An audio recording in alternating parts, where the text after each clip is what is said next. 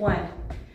Magandang araw po sa inyong lahat. I'm pretty sure na miss nyo po ang SSS. It's been a while, naging busy po lahat. Kaya nandito kami dahil meron po tayong magandang event na dadating. Pero bago ang lahat, ito po inyong lingkod, si Michelle, Sugar po.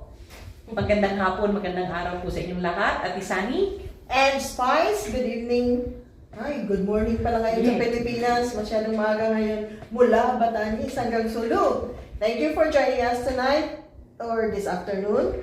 And I am Spice and Supremo. Magandang hapon po dito sa Cayman Islands ulit.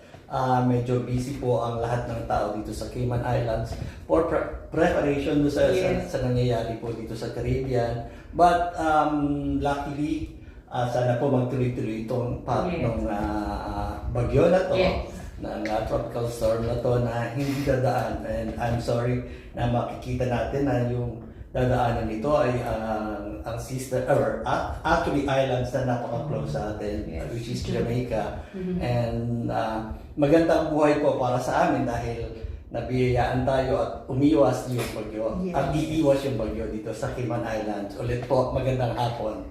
Yes, at pag-uusapan po natin ngayon ang upcoming na exciting na event na mangyayari po sa atin na it will benefit a lot of Filipinos. At bago ang lahat, i-introduce po natin. Sir Ferds, i-introduce mo yung mga bisita natin. Of course, unahin na ba ladies first? Yes, ladies first. Sabi ko nga, nagkikita-kita lang tayo sa mga ganitong gawain. And lagi naman, isa ang ating, ang direction ng ating hahanapin. Sino ba ang pwede natin makasama? Sino ba ang mas pinagkakatiwalaan natin na nagagawa at na ano na yung experience sa tagal at almost 5 years na tayo gumagawa nitong volunteer works na to.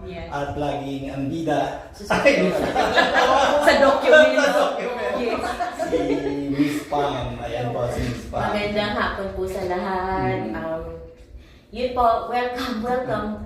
I will welcome myself po. It's my first time po to go on live, and I am very pleasure po to meet these people again, na very masipag po, to help other Filipinos in the Cayman Islands. Yun po, maraming salamat po. At magandang hapon po sa inyong lahat. Ako po si Art, ang inyong lingkod. Ayaw magpakilala. Ayaw magpakilala.